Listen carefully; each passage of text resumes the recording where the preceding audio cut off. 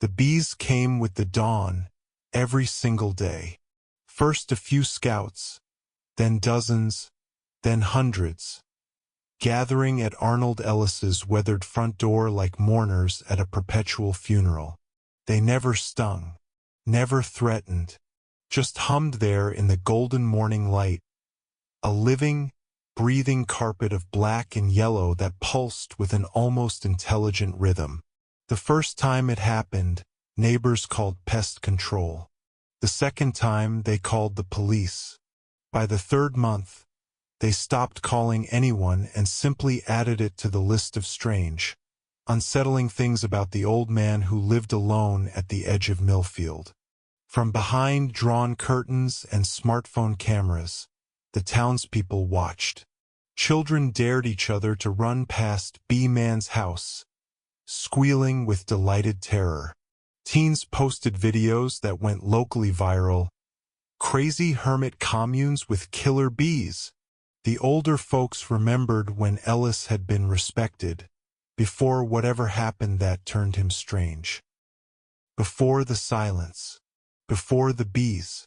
But no one knocked on his door to ask why. No one offered help. They just watched as, every morning at precisely 7:16 a.m., Arnold Ellis would open his door, bow his head slightly to the buzzing mass, and carefully step through them, never crushing a single one, before walking to the small greenhouse behind his property. The bees would disperse by noon, only to return the following dawn.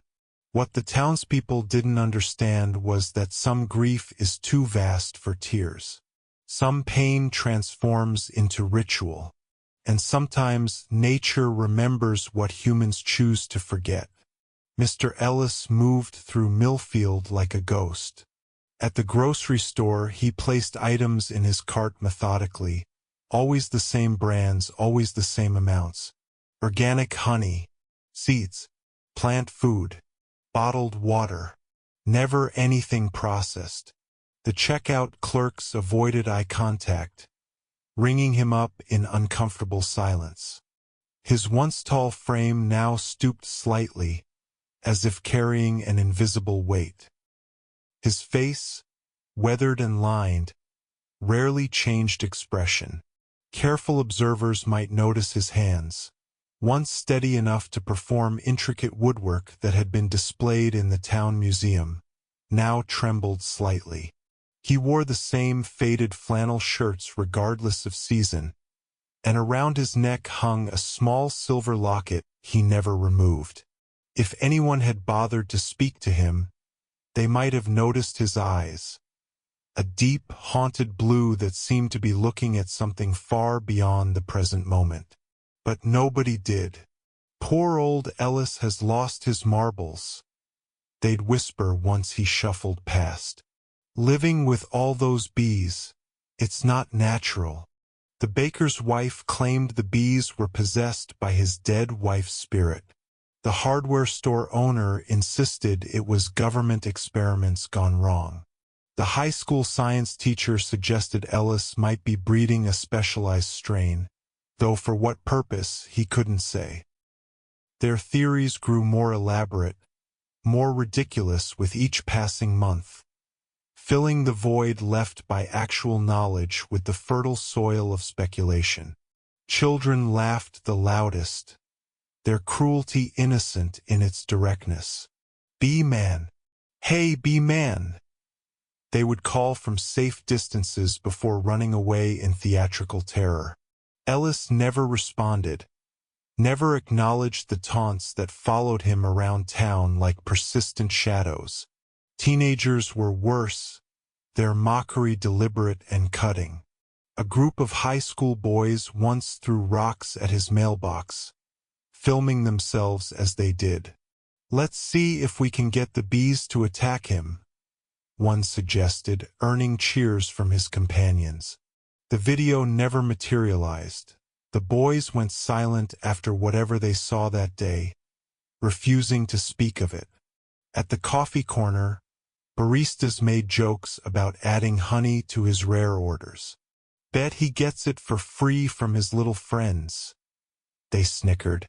Maybe he's their queen. The laughter that rippled through the cafe felt good, felt normal. It was easier to laugh than to wonder, easier to mock than to reach out. Something about Ellis's silence made people uncomfortable, like a mirror reflecting back their worst instincts. So they pushed those feelings away with jokes and whispers, with pointed fingers and sideways glances. The laughter masked a deeper unease, a question no one wanted to ask.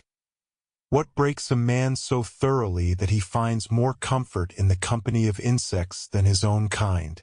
Each morning the ritual was the same.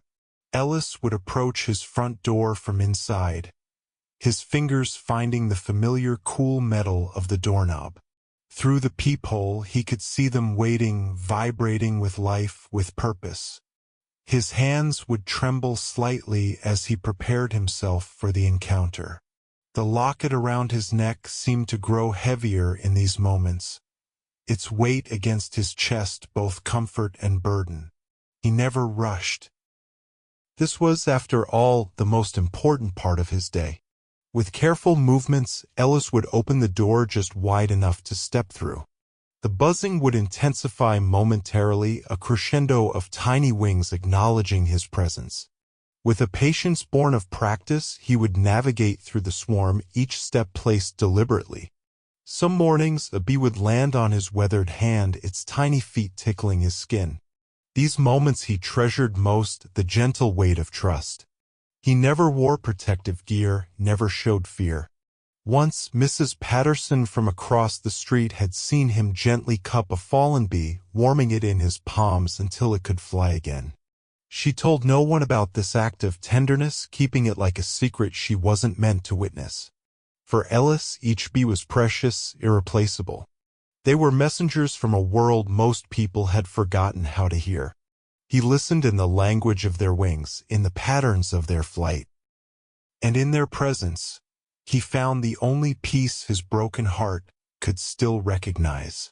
The anniversary came as it always did, silently, inevitably, like the changing of seasons or the turning of earth. Only Ellis marked its passage. Only he remembered the date that had divided his life into before and after. The bees knew somehow. This morning, they came in double their usual numbers, covering the porch, the steps, the railing in a vibrating, humming blanket of black and yellow. Neighbors pointed, took photos from a distance. "It's getting worse," they murmured. "Someone should do something." News traveled quickly through Millfield. The bees were multiplying, the situation escalating.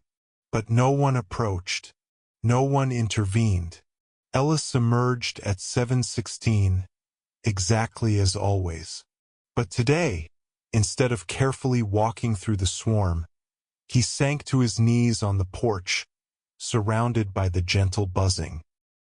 In his hand, the silver locket lay open for the first time in public view, though no one was close enough to see what it contained. He knelt there, perfectly still, for exactly 17 minutes. The bees formed concentric circles around him, a living mandala of grief and remembrance. When he finally rose, his face was wet with tears that caught the morning light. The townspeople who witnessed this moment from behind windows and phone screens felt something shift in the air. A heaviness, a significance they couldn't name but couldn't deny. For just a moment, the mockery died in their throats. For just a moment, they glimpsed the edges of a sorrow too vast to comprehend. Caleb Mitchell wasn't like the other kids in Millfield. At 12 years old, he asked questions the adults in his life found uncomfortable. Why were the old-growth forests being cut down for the new development? Why did the creek behind his house no longer have frogs? And lately, why did everyone hate Mr. Ellis? His father, owner of Mitchell Agricultural Solutions, had little patience for these inquiries. "That man is disturbed," he'd say firmly. "Those bees are a menace." Stay away from his property. But warnings only fed Caleb's curiosity. On this particular morning, hiding behind the oak tree at the edge of Ellis's property, Caleb noticed something strange. The bees weren't just clustering randomly, they were moving in patterns. From his vantage point, he could see how they formed shifting designs across the porch, spirals, waves, even what looked like letters before dissolving back into chaos. He'd read about bee communication, about their dances and signals. But this was different. This was deliberate, like they were trying to say something. When Ellis emerged and knelt among them, Caleb felt goosebumps rise on his arms. The bees moved around the old man not with aggression but with what could only be described as reverence.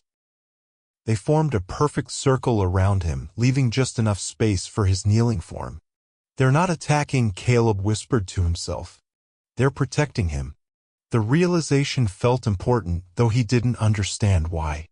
That evening at dinner, when his father complained about that crazy bee man bringing down property values, Caleb stayed silent, turning over this new knowledge like a strange coin found unexpectedly in his pocket. The flower shouldn't have been there at all. Caleb spotted it on his third secret visit to Ellis's house, a splash of vibrant purple against the weathered gray of the porch steps. It grew from an impossible crack in the concrete, its delicate petals open to the morning sun. The bees seemed drawn to it, landing on it between their mysterious formations. Curiosity overcoming caution, Caleb crept closer once Ellis had gone inside. He recognized the flower from his school's field guide to native plants, purple coneflower, Echinacea purpurea. But this variety had a distinctive reddish center and unusually vibrant petals. According to his guide, this specific subspecies had been declared functionally extinct in their region 20 years ago due to habitat loss and agricultural chemicals. The last documented sighting had been almost a decade before Caleb was born.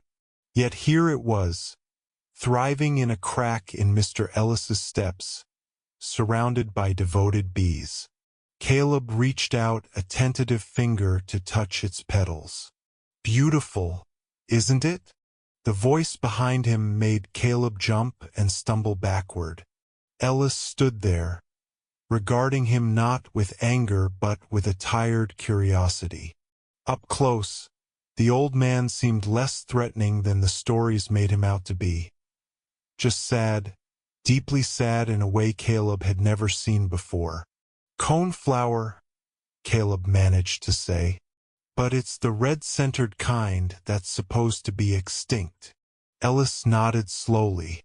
"Some things refuse to disappear completely," he said, "no matter how hard the world tries to erase them." The town meeting was called on a Tuesday evening, the community center packed with concerned citizens. Mayor Whitfield stood at the podium looking appropriately grave as he addressed the crowd.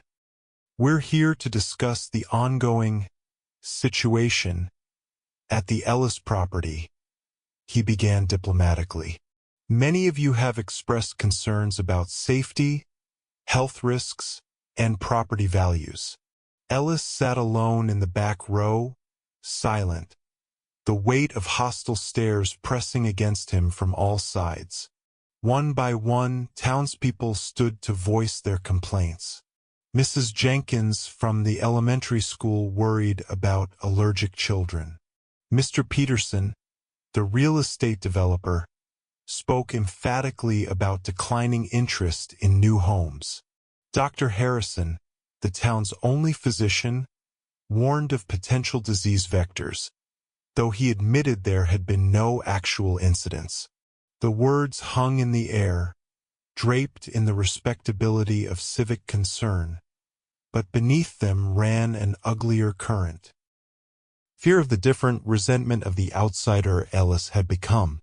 When the mayor finally invited Ellis to speak in his own defense, the room fell into uncomfortable silence. Ellis stood slowly, his tall frame now stooped with age. He walked to the podium, the silver locket catching the fluorescent light. For a long moment he simply looked out at the faces of people who had once been his neighbors, his community. "You have already decided," he said finally, his voice rough from disuse. "You decided 5 years ago." Without another word he returned to his seat. The mayor cleared his throat. "We'll put it to a vote then. All those in favor of requiring Mr. Ellis to remove the bee infestation from his property signify by raising your hands." The photograph slipped from Ellis's pocket as he left the community center, fluttering to the ground unnoticed in the darkness. Caleb, who had been waiting outside during the adults-only meeting, spotted the small square of paper and picked it up. By the time he realized what it was, Ellis had already disappeared down the street. In the glow of the streetlight, Caleb examined the image. It showed a young girl, perhaps 10 or 11, with Ellis's same striking blue eyes and a wide, gap-toothed smile. She held a trophy proudly in front of what looked like a science fair display. Though the image was worn and creased from years of handling, Caleb could make out part of a banner behind her. "Environmental Fair, First Place." The project board visible behind her seemed to feature pictures of bees and flowers, though the details were too small to discern clearly. Caleb turned the photo over. Written in faded ink was a single sentence: "My Lily, changing the world one bee at a time." The date beneath it made Caleb's stomach tighten. It was exactly 7 years ago. Something about the girl's confident smile, the proud set of her shoulders, made his chest ache with an emotion he couldn't name. This wasn't the photograph of someone who had moved away or grown up. This was the carefully preserved memory of someone lost. Caleb slipped the photo into his pocket, suddenly certain that returning it to Ellis was the most important thing he would ever do. "You shouldn't be asking about that man," Caleb's mother said, her hands nervously pleating the dish towel she was holding. They were alone in the kitchen, his father at a late business meeting. "It's not our business." But Caleb persisted, the photograph burning a hole in his pocket. Did he have a daughter? A girl named Lily? His mother's face paled, and she glanced toward the doorway as if afraid someone might overhear. "Sit down," she said finally, her voice dropping to just above a whisper. "What I'm going to tell you, you can't repeat to your father." Caleb nodded, heart pounding with the weight of adult confidence. Yes, he had a daughter, Lily, smart as they come. She was just a bit younger than you when... His mother paused, the dish towel now twisted into a tight rope between her fingers. "When what?"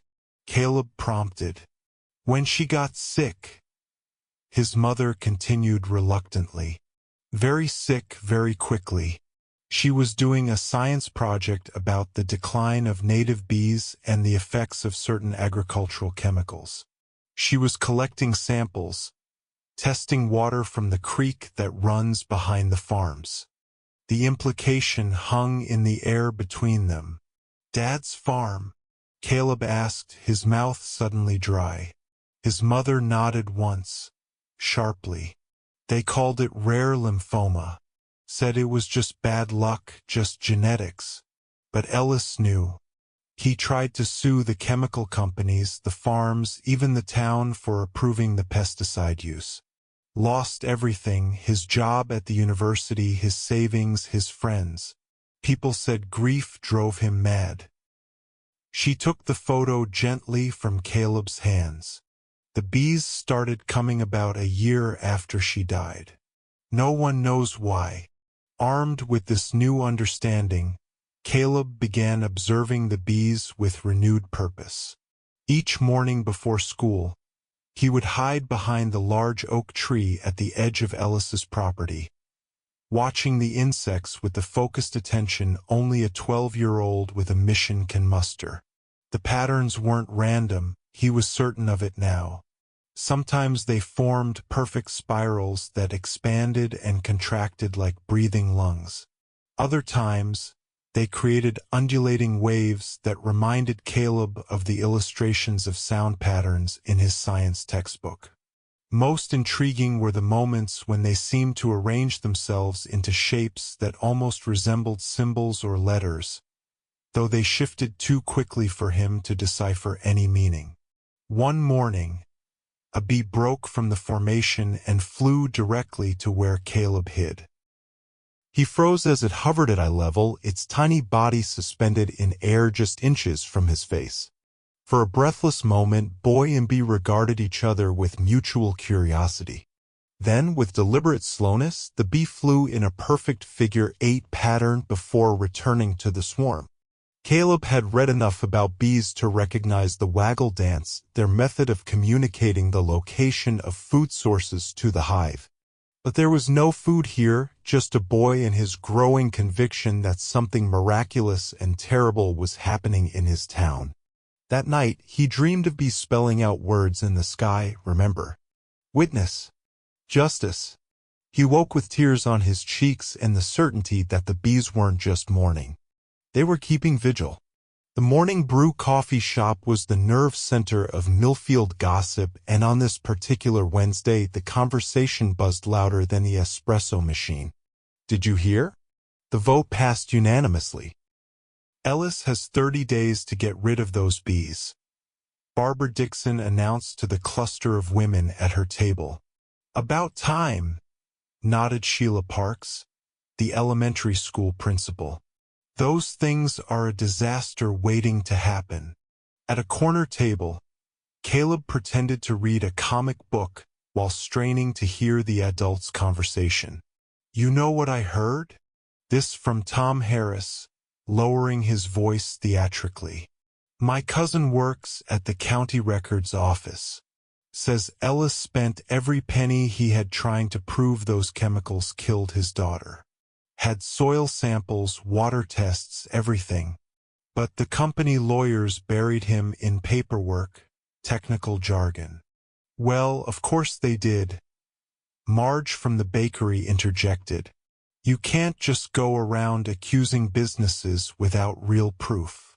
Besides, didn't the doctors say it was genetic? Tom shrugged. That's the official story. But my cousin says Ellis had documents showing Lily's DNA had no markers for the type of cancer she got. And she wasn't the only kid in that school district who got sick that year. The conversation shifted then, voices dropping even lower. Caleb caught fragments. Settlement with non-disclosure agreements. Mitchell's company was just the distributor. New formula supposed to be safer. Caleb felt his ears burning at the mention of his father's business. The comic book blurred before his eyes as a horrible understanding began to take shape in his mind. The fields beyond Millfield had once been famous for their beauty. Old-timers still talked about how, 20 years ago, the meadows had exploded into wildflowers each spring. Carpets of color stretching to the horizon, humming with life. Now, as Caleb pedaled his bike down the dusty access road, he saw only the uniform green of commercial crops, interrupted by occasional patches of bare, cracked earth. He stopped at the edge of his father's largest cornfield, noticing how the plants closest to the irrigation channel looked yellowed and stunted. The silence struck him most forcefully. No birdsong, no insect buzz, just the whisper of wind through genetically identical stalks. Following a hunch, he continued riding until he reached the natural boundary where farmed land gave way to the small wooded area that surrounded Ellis's modest property. The change was dramatic and immediate. Here, wildflowers pushed through the soil in defiant bursts of color. Insects darted between blooms. Birds called from the trees. And bees, dozens of them, moved purposefully from flower to flower. Caleb remembered something from his science class. Bees can travel up to 5 miles from their hive to collect pollen. Yee! Here they were, concentrated around Ellis's land as if reluctant to venture into the sterile fields beyond. As if they remembered something about those fields that kept them away. As if they knew. Caleb thought about the purple coneflower growing impossibly through Ellis's concrete steps, about the photograph of a smiling girl who had tried to warn everyone, about the bees that came every morning like clockwork. Some pieces of the puzzle were still missing, but the picture was becoming clearer. And it was devastating. The mayor's black sedan pulled up to Ellis's house late Thursday afternoon. From his hiding spot, Caleb watched Mayor Whitfield straighten his tie before approaching the front door, a leather portfolio tucked under one arm. The bees had long since dispersed for the day, their morning vigil complete until dawn. Caleb crept closer, positioning himself beneath the partially open living room window. The mayor's voice carried clearly in the still air. "Be reasonable, Arnold. The town council's vote was unanimous. You have 30 days to address the situation, or will be forced to condemn the property." A long silence followed. "I've brought papers," the mayor continued, sounding uncomfortable in the face of Ellis's silence. "A very generous offer from the town, given the circumstances. Enough for you to relocate somewhere suitable. Somewhere you can start fresh." More silence. Then Ellis's voice, so quiet Caleb had to strain to hear. "She deserves better than silence." The mayor's response was immediate, his tone hardening. "Now you listen to me. We've been patient. We've been understanding. But this has gone on long enough. Your grief doesn't give you the right to disrupt an entire community. Those bees are a public nuisance, and frankly, so are you and your accusations." Paper rustled.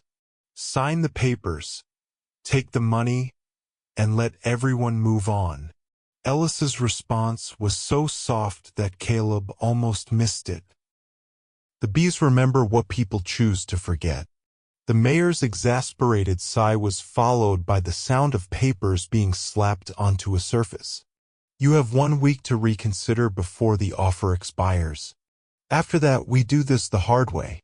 The morning the bees found Ellis collapsed on his front porch, Caleb was watching from his usual spot. It happened at 7:14, 2 minutes before Ellis's normal emergence time. The door opened and the old man stepped out as he always did, carefully, respectfully. But something was different.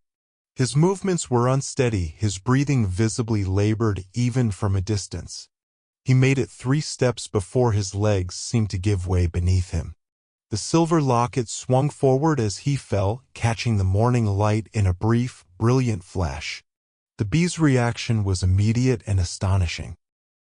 Rather than scattering, they converged around Ellis's crumpled form, their collective buzzing rising to a crescendo that sounded to Caleb's ears like a wail of grief.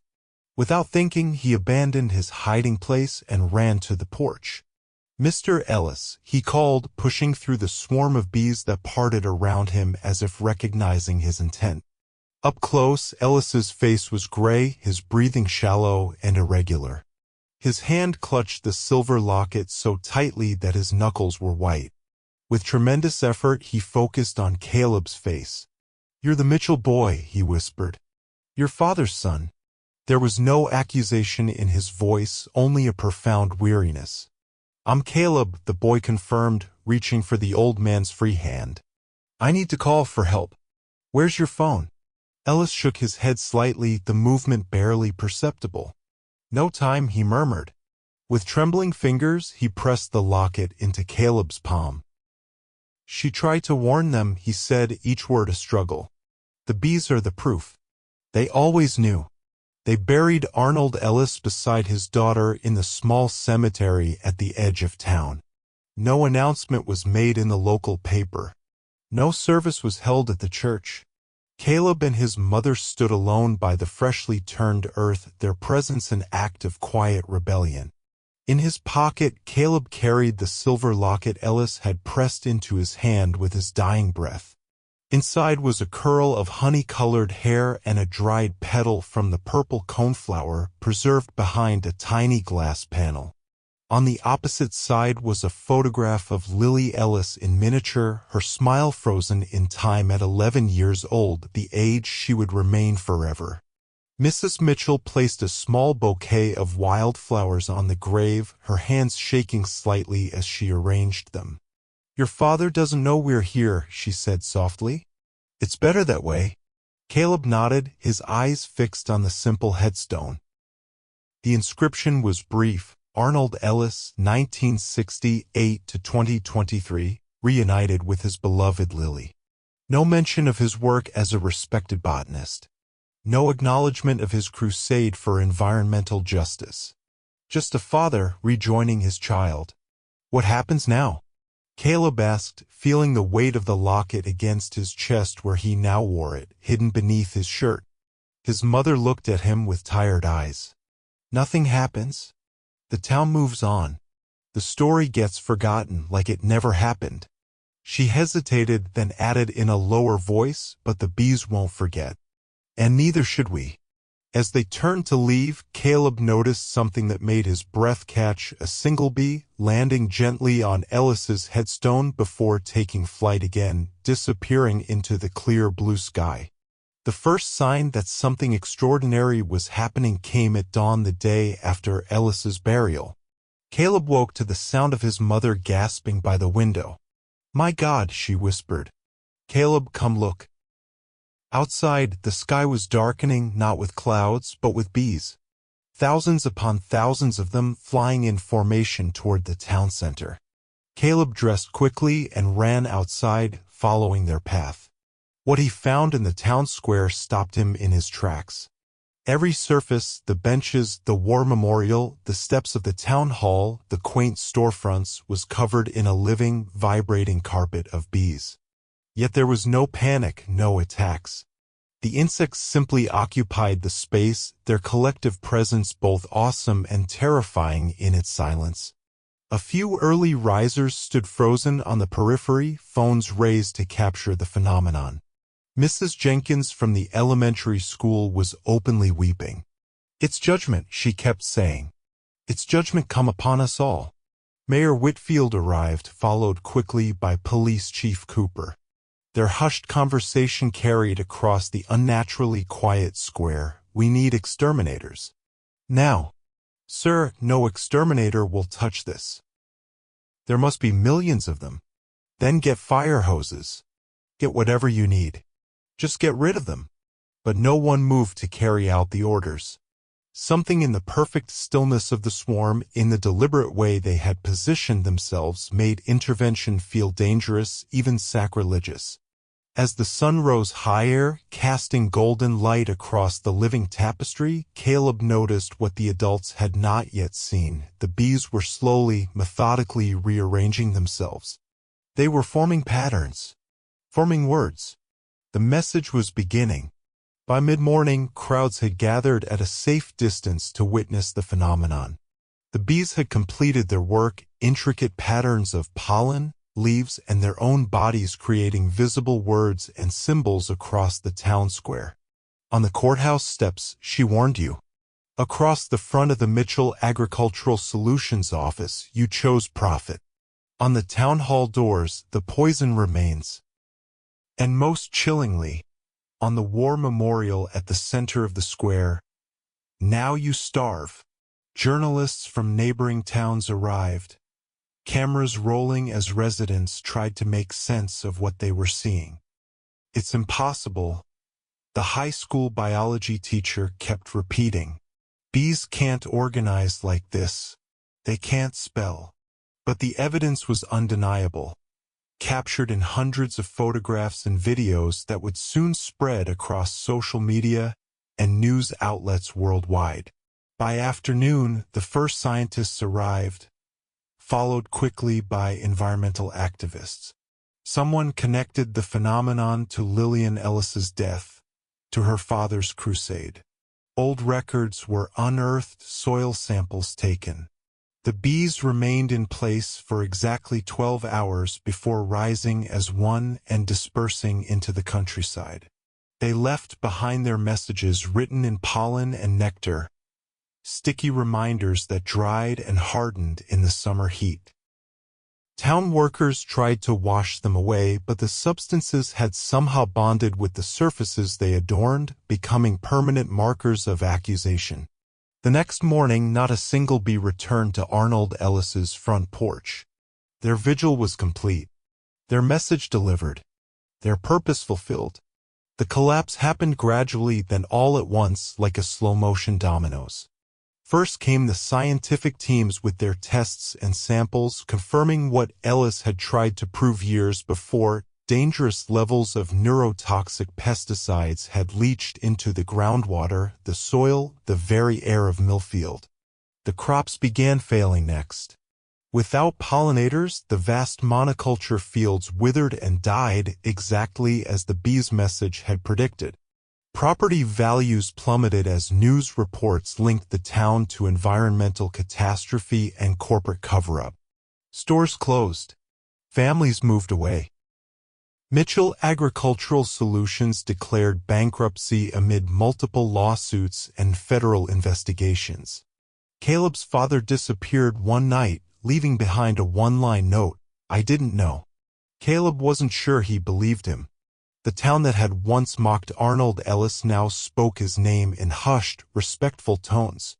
The house with the weathered porch became an unofficial shrine, visited by environmental activists and curious tourists.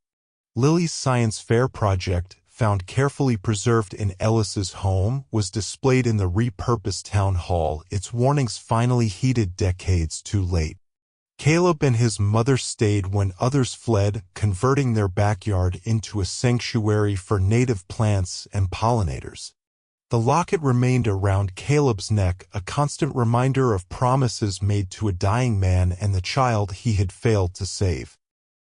Sometimes, in the quiet of early morning, Caleb would sit on Ellis's porch steps, running his fingers over the miraculous purple coneflower that continued to thrive in the concrete crack. "They heard you," he would whisper to the ghosts he felt sure were listening. "They finally heard you both." 20 years later, Caleb Mitchell stands on the porch of what was once Arnold Ellis's house, now a certified ecological research station studying the remarkable recovery of the local ecosystem. The fields that once grew sterile, chemical-dependent crops now flourish with native plants, their colors stretching to the horizon just as the old-timers had described from generations past. Bees, ordinary, miraculous bees, move industriously among the flowers. Each year, on the anniversary of Ellis's death, they gather at the front door in the early morning light, never in the overwhelming numbers of that fateful day, but enough to maintain the tradition, to keep the memory alive. Caleb, now Dr. Mitchell, renowned environmental scientist, kneels to greet them, the silver locket still hanging around his neck. Reporters still come on this day, asking the same questions. Do you really believe the bees understood what happened? Do you believe they acted with intention? Caleb always gives the same answer: the bees remembered her. And they remembered what we did. The story of Millfield has become legendary, taught in environmental science programs, debated by biologists, dismissed as exaggeration by skeptics. But those who were there know the truth. Those who saw the bees spell out their warnings, who witnessed nature's judgment upon human greed, carry that knowledge in their bones. The purple coneflower, once thought extinct, now blooms throughout the region, a living testament to resilience, to memory, to justice long delayed but finally delivered. As Caleb stands to address the small gathering of students and journalists, he thinks about how stories end and begin again, how truth surfaces like a seed pushing through concrete, how love, even a father's broken love, can change the world. If you take anything from this story, he tells them, let it be this: the earth remembers. And eventually she speaks. If you found meaning in this story, please like this video, subscribe to this channel for more powerful stories, and share with those who need to hear it. Comment below with what this story taught you about environmental justice, grief, or the power of standing up for truth against all odds.